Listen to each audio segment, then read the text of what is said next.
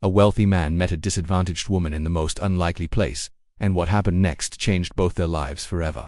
This isn't just a story about love that defied age and social expectations. It's about second chances, breaking barriers, and how the heart can surprise us when we least expect it.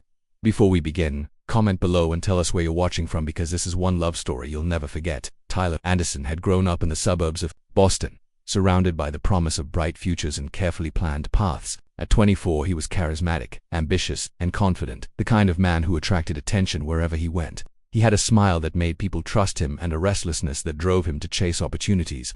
Tyler was the son of a successful contractor, but unlike his father, he wanted to carve out his own identity. He wasn't chasing blueprints and construction sites, he was chasing something bigger, though he couldn't quite define what. His best friend, Mark Thompson, had been by his side since middle school.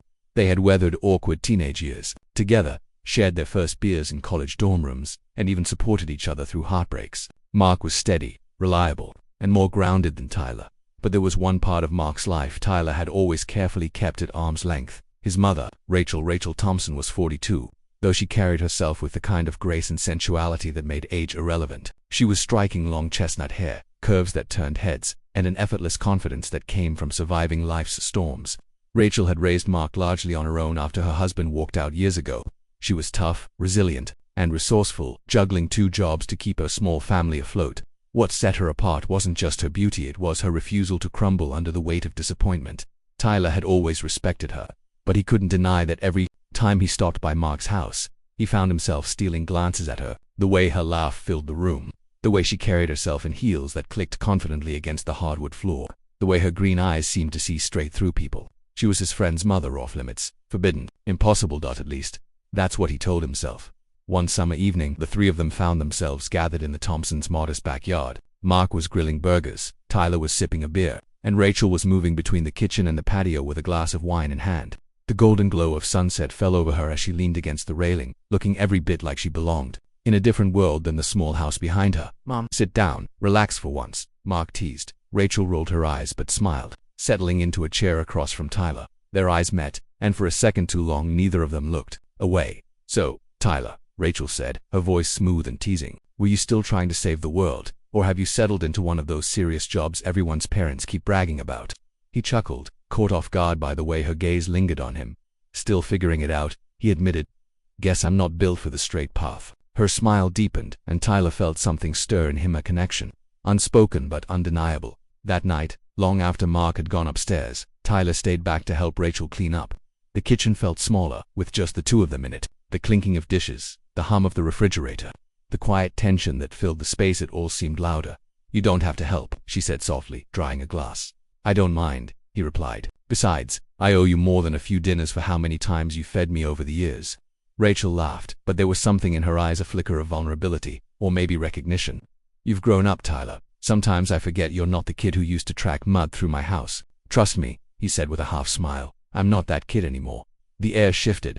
For a moment, it felt like the world held its breath. He noticed the way her lips parted as if she wanted to respond but thought better of it. And when he finally tore his gaze away, he felt his pulse racing like he'd crossed an invisible line. The weeks that followed were a blur of conflicting emotions. Tyler tried to ignore it, but every visit to Mark's house became a battle. Every smile from Rachel felt loaded. Every accidental touch, her hand brushing his arm as she passed a plate, her shoulder brushing his when they both reached for the same dish set. Him on fire. Rachel, for her part, seemed torn between pulling back and leaning in. She would laugh at his jokes, linger in conversations, and then abruptly change the subject when the tension grew too thick. She was a mother, responsible, practical, but late at night when she was alone with her thoughts, she couldn't deny the way Tyler made her feel alive against something she hadn't felt in years. The turning point came one rainy afternoon. Mark had left for a weekend trip with friends, and Tyler stopped by the house under the pretense of dropping off something Mark had forgotten. Rachel opened the door in a fitted sweater and jeans, her hair pulled back, her face glowing without effort. "Mark's not here," she said, a little surprised. "I know," Tyler admitted. "I thought I'd just leave this for him, but he didn't leave." He lingered in the doorway until she sighed and let him in. They sat on the couch, the rain tapping against the windows, conversation flowing too easily. And when Rachel laughed at one of his sarcastic comments, he reached for her hand without thinking. She froze, eyes wide, heart racing. "Tyler, I know," he whispered, his voice low, steady, dangerous, "but I can't keep pretending." Her lips parted, her chest rising and falling quickly as though the weight of all the years, the expectations, the rules pressed down on her. She should have pulled away. She should have told him this was wrong, but instead, she let his hand remain in hers, and in that moment, something shifted. The rain outside grew heavier, thunder rolling in the distance, mirroring the storm inside them both. She finally whispered, "This can't happen," but neither of them moved. The silence stretched, electric, undeniable, until Tyler leaned closer, his breath warm against his skin, his heart pounding with the reckless certainty that his life was about to change forever. The storm outside raged on, but inside Rachel's living room, the air felt heavier than the thunder itself. Tyler's hand lingered in hers, their fingers brushing like an unspoken promise neither of them should have made. Rachel's mind raced her, the son's best friend, the lines of morality, the years that separated them, but her heart, traitorous and wild, beat louder with every passing second. She finally pulled her hand away, standing abruptly, her wineglass trembling slightly as she set it down on the table. "This is insane. Tyler, you're Mark's friend. You shouldn't even be here right now." Tyler rose too, his tall frame closing the distance between them.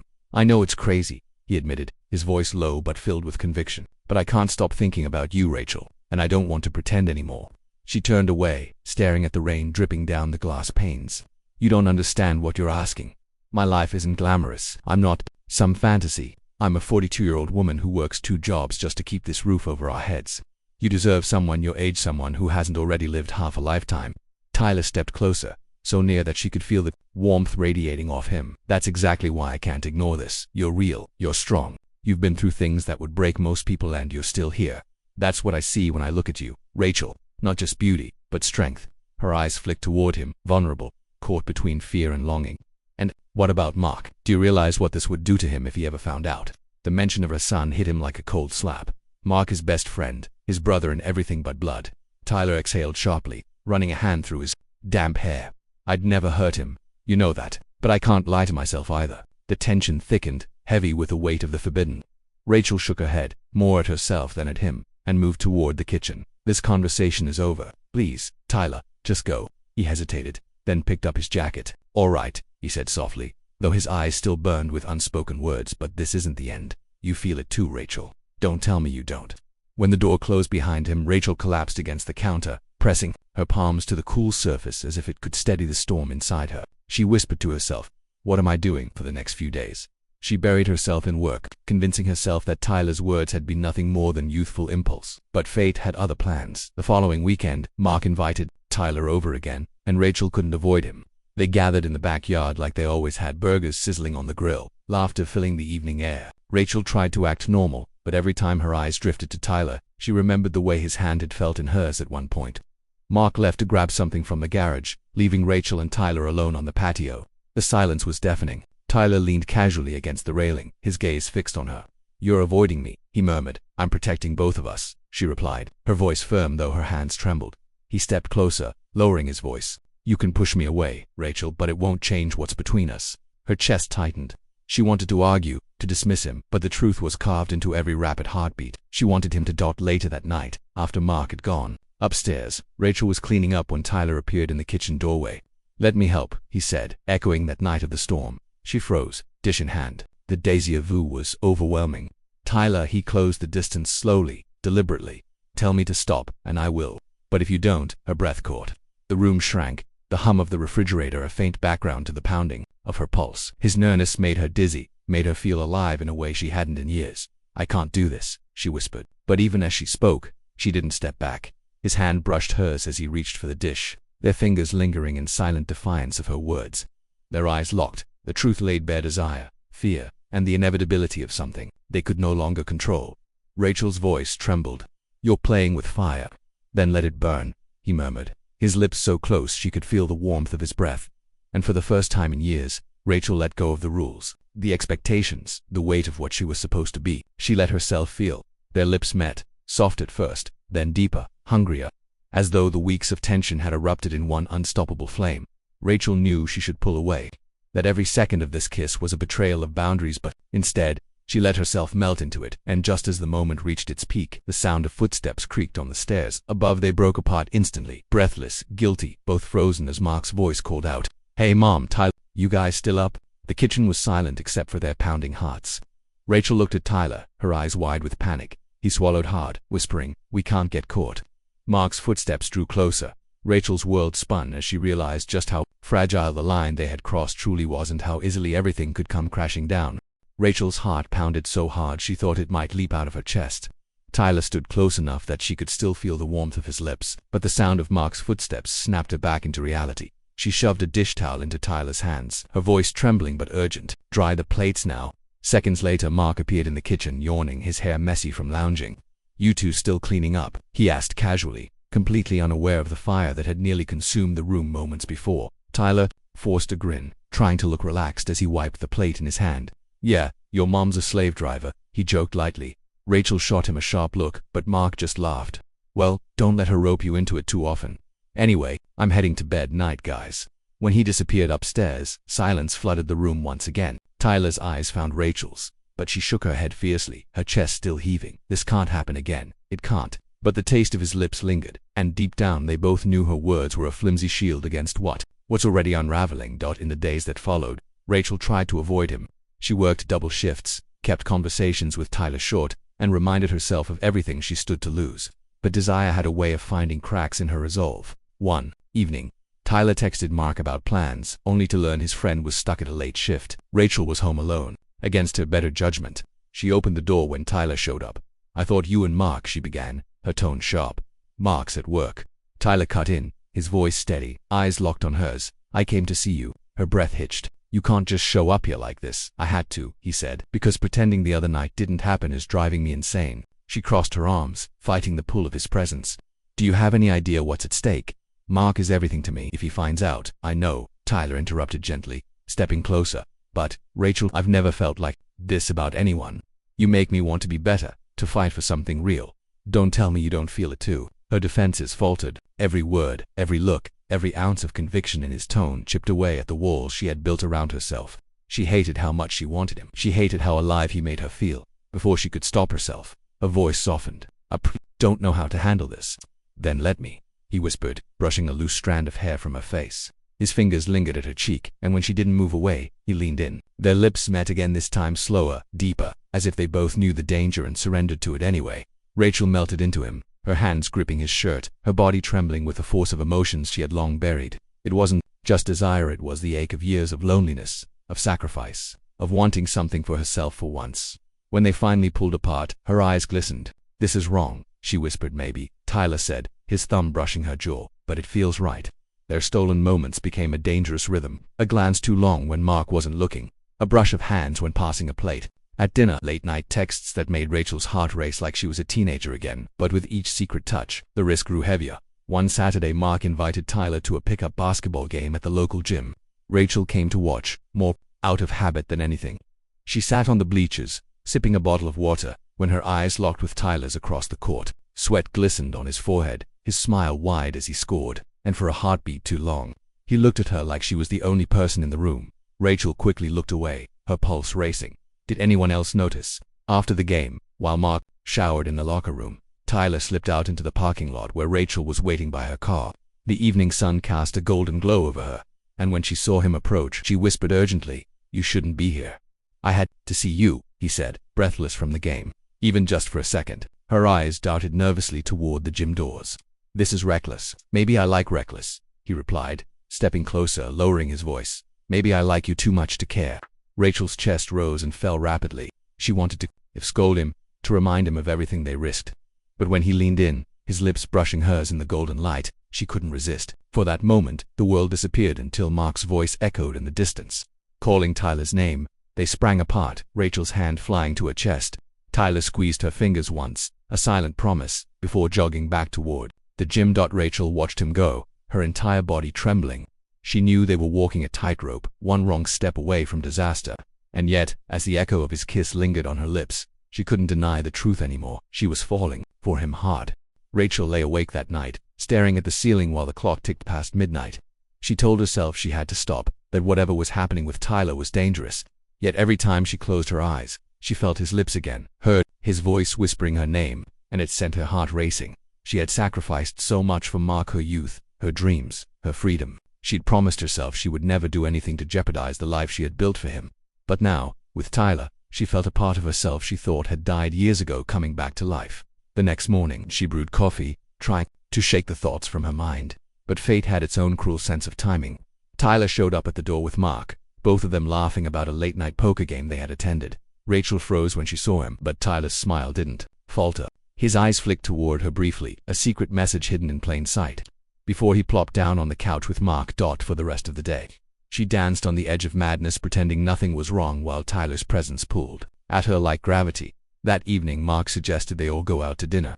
They ended up at a trendy Italian restaurant in downtown Boston, candles flickering against dark wood tables, the city alive just outside the windows. Rachel wore a simple black dress, elegant but understated, yet when she walked in, Tyler nearly forgot to breathe. She sat across from him, and every time she lifted her glass or tucked a strand of hair behind her ear, his chest tightened. Their conversation was casual, safe, but beneath the surface, the tension coiled tighter with every stolen glance. At one point, Mark excused himself to take a phone call outside.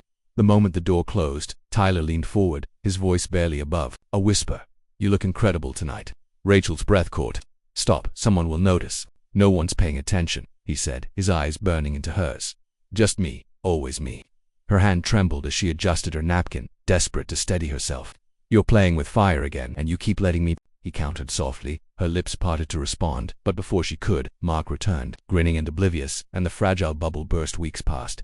And what started as fleeting touches and glances turned into something deeper. Tyler found excuses to visit when Mark wasn't around. Sometimes helping Rachel with groceries, sometimes just sitting in the kitchen talking until late into the night. They never defined it. They couldn't, but it was undeniable. One late evening, after Tyler had helped her fix a stubborn cabinet door, they sat on the living room couch, laughter fading into silence. Rachel stared at him, her chest aching. "This is dangerous, Tyler. Every day we do this, we're risking everything." "I know," he admitted, his gaze unwavering. "But I don't care anymore. Rachel, I've tried to fight it, but his voice cracked slightly, filled with urgency. "I'm falling in love with you." Her breath hitched. The words she had both feared and longed for hung in the air. She wanted to tell him to stop, to take it back, but tears filled her eyes instead. No one had said those words to her in so long, not like this, not with such raw sincerity. "Don't say that," she whispered, shaking her head. "You don't mean it. You're young, this will pass." But Tyler shook his head firmly. "It won't. You think this is about age, about lines we're not supposed to cross. It's not. It's about you. I see you, Rachel, all of you, and I don't want to run from it anymore." She pressed her hands to her face, overwhelmed, her heart breaking and soaring all at once. "If Mark ever finds out, then we'll deal with it," Tyler said, his hand finding hers again. "But I can't pretend anymore, not with you." Rachel's walls crumbled. She leaned into him, their lips meeting in a kiss that was no longer about stolen desire, but something deeper, truer. But their fragile world shattered a few days later. Rachel was at the grocery store when she ran into one of her neighbors, Mrs. Klein, an older woman with a sharp eye for gossip.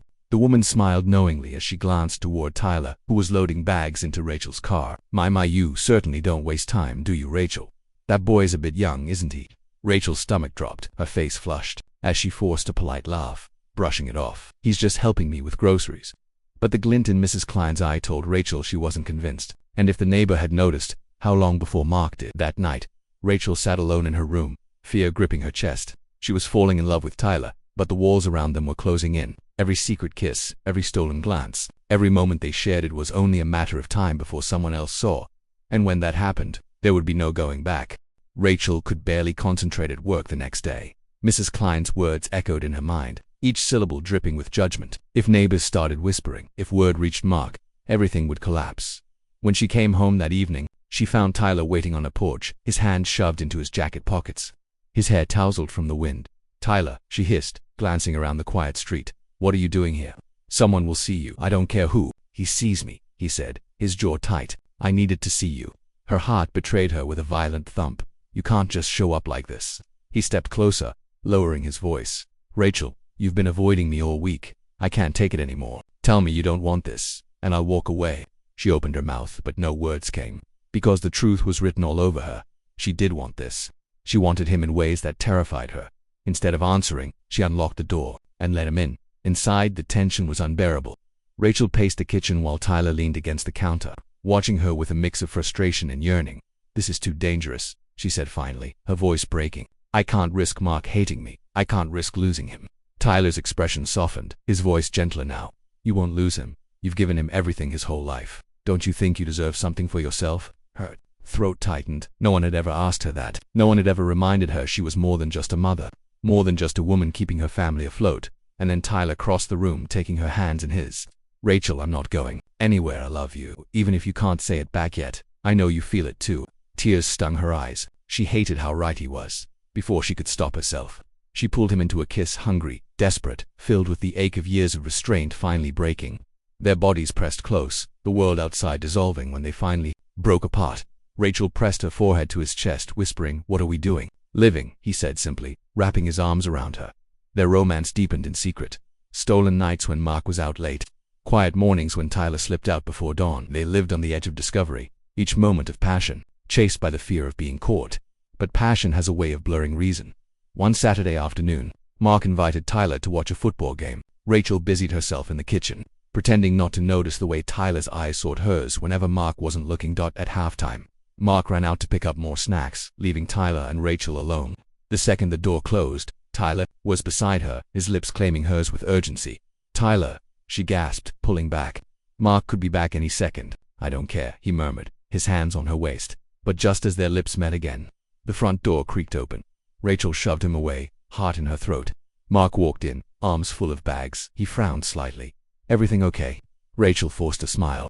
"Yes, just, cleaning up." Tyler coughed, turning his attention to the TV. His cheeks flushed. Mark eyed them suspiciously for a moment but shrugged it off. "All right, let's get back to the game." Rachel nearly collapsed with relief, but the pit in her stomach grew deeper that night. As she lay in bed, Rachel stared at the ceiling, her thoughts a storm. She was in love with Tyler, she couldn't deny it anymore. But every kiss, every glance, every secret threatened to destroy the bond she had with her son. And then, the unthinkable happened. A few days later, Mark knocked on her bedroom door after dinner. "Mom, can we talk?" Rachel looked up from her, the book, smiling warmly. "Of course, honey, what's on your mind?" He sat at the edge of her bed, unusually serious. "It's about Tyler." Her stomach dropped. She tried to steady her voice. "What about him?" Mark frowned. "I don't know. He's been different lately, distracted, secretive, and earlier today, Mrs. Klein made some weird comment about him spending a lot of time here." Rachel's blood ran cold. She said something like, "Your friend seems awfully close to your mom." Mark gave a short laugh, shaking his head. "I mean, obviously that's ridiculous, right?" Rachel forced a laugh, but her hands gripped the blanket too tightly. "Of course it's ridiculous. You know how she loves to gossip." Mark nodded slowly, still looking thoughtful. "Yeah, you're probably right." But Rachel could see it in his eyes. Doubt had been planted, and doubt, once seeded, had a way of growing into truth. Rachel barely slept that night. Every time she closed her eyes, she replayed Mark's words, his suspicious look, the way he had laughed nervously as if trying to convince himself more than her. Doubt had entered his mind, and doubt was dangerous.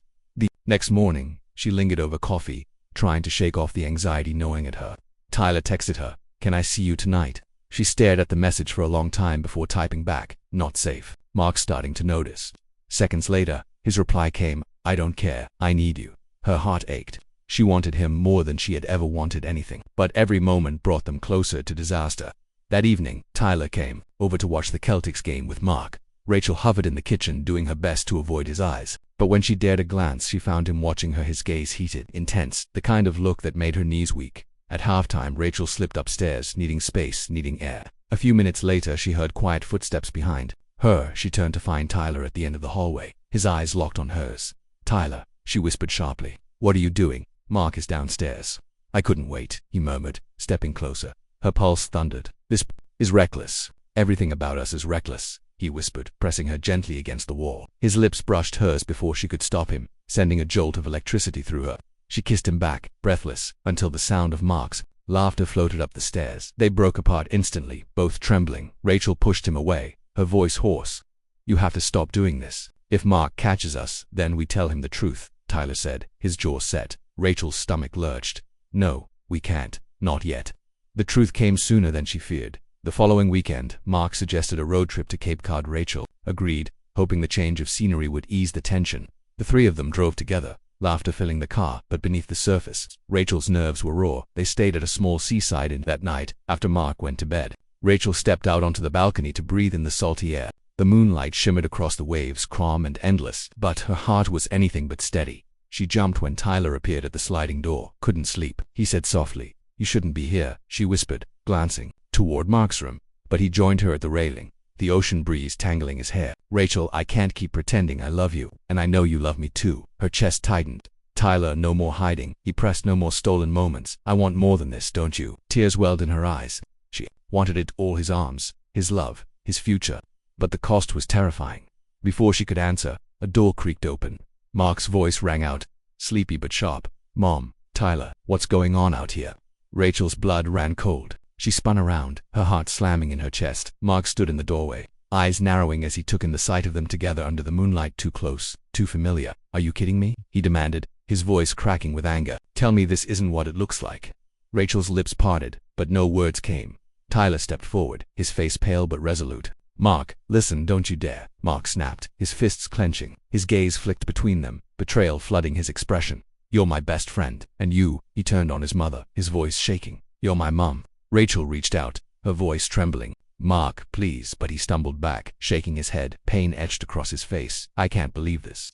The silence that followed was suffocating, broken only by the distant crash of the ocean waves. Rachel's world spun, crumbling beneath her as she realized the one thing she had feared most had come true. Mark knew, and there would be no undoing it. Mark stormed back into the inn, the slam of his door echoing like a gunshot through the quiet night. Rachel stood frozen on the balcony, her chest heaving, her hands trembling. Tyler reached for her, but she pulled away, her eyes wet with tears. "This is it?" she whispered, her voice breaking. "The one thing I was terrified of, and now it's happened." Tyler's jaw tightened, his heart aching at the sight of her unraveling. "Rachel, we'll fix this. He'll understand. He'll never understand," she snapped, her voice rising before she caught herself. She pressed a hand over her mouth, lowering her voice to a hoarse whisper. "You were supposed to be his best friend. I was supposed to be his safe place. And now—" She shook her head, sobbing softly. "Now we've both betrayed him." Tyler's chest ached. He wanted to hold her, to promise her everything would be okay, but he knew the wound they had opened would take more than words to heal. The next morning, the tension was unbearable. Mark refused to look at either of them as they drove home, his silence louder than any outburst. Rachel gripped the steering wheel tightly, glancing at her son through the rearview mirror, but his face was turned toward the window, cold and distant. When they reached the house, Mark slammed the car door and stormed inside without a word. Rachel stayed in the driveway, her hands shaking as she fumbled with the keys. Tyler touched her arm gently. "We'll talk to him together," but she pulled away, her voice hollow. "No, Tyler, this was a mistake, all of it." His heart dropped. "Don't say that." "What else is there to say?" she whispered, her eyes glistening. "I love my son, and I can't lose him. If that means ending this, then it has to end." Tyler felt the ground collapse beneath him. "Rachel, no, you don't mean that. Not after everything we've shared." Tears streamed down her cheeks. "I do." And then she walked into the house, leaving him standing alone in the driveway, the weight of heartbreak pressing down on him. Days turned into weeks. Mark barely spoke to his mother except for necessities. He avoided Tyler entirely, ignoring texts, calls, every attempt at reconciliation. Tyler, shattered, threw himself into work, trying to numb the ache in his chest, but every song on the radio, every memory of Rachel's touch haunted him. Rachel carried on like a ghost. She worked, cooked, cleaned, but the light in her eyes had dimmed. Late at night she would sit alone in the living room, staring at the shadows on the wall, wishing she could turn back time. But one evening, as she sat there, Mark walked in. He hesitated in the doorway, his expression softer than it had been in weeks. "Mom," he said quietly. Rachel looked up, startled. "Mark," he shifted uncomfortably, his hands in his pockets. "I've been angry, hurt, betrayed, and I still don't know how to process what I saw." Her throat tightened. "I'm so sorry. I never wanted to hurt you." "I know," he said, his voice low, "but seeing you with him, it broke something in me. Tyler was supposed to be my brother, my friend, not—" He trailed off, shaking his head. Rachel's eyes filled with tears. "I never planned for it to happen. I tried to fight it, but I fell in love, Mark. For the first time in years, I felt alive again, and I hate that it hurt you, but I can't apologize for feeling." Mark's jaw clenched. He turned away for a moment, his chest rising and falling as he wrestled with emotions. "Do you love him?" he asked finally. The question sliced through the air. Rachel's voice trembled. "Yes, I do." Mark closed his eyes, his shoulders slumping. "Then I don't know what to do with that." The next day, Tyler showed up at Rachel's house, determination written all over his face. Mark answered the door, his eyes cold. "We need to talk," Tyler said. "There's nothing to say." Mark snapped. "There's everything to say," Tyler countered, his voice firm. "You're my best friend. I would never set out to hurt you, but I can't change what happened. I love your mom, and I think, deep down, you know she deserves to be happy. She's sacrificed everything for you. Don't you want her to have something for herself?" Mark's jaw worked, his eyes flashing with anger and pain. But beneath it, a flicker of doubt shone, doubt in his own resentment, doubt in his ability to keep hating them. "I don't know if I can forgive you," he admitted, his voice raw. Tyler swallowed hard. "Then don't forgive me, not yet. But don't take away the chance for her to be happy. Don't punish her for loving again." The silence stretched heavy between them. From inside the house, Rachel appeared, her face pale, her eyes wide. She had heard every word, and in that fragile moment, the three of them stood on the edge of a choice that could either break them forever or begin to mend what had been shattered. The silence in the doorway stretched on, broken only by the hum of traffic from the street.